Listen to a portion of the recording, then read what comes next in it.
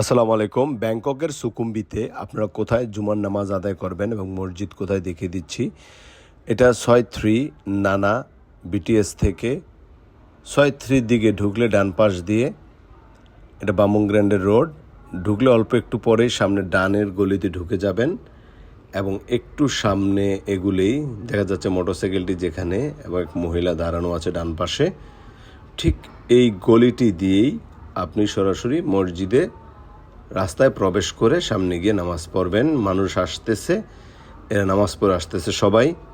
আমরা যদি একটু সামনে থেকে আবার আপনাকে দেখাই, দেখতে পাচ্ছেন আল হুসাইন রেস্টুরেন্ট। এই আল হুসাইন রেস্টুরেন্ট থেকেও কিভাবে আসবেন, এটা ৬-৩ এবং ৬-৫-এর মাঝামাঝি একটা গলি রোড।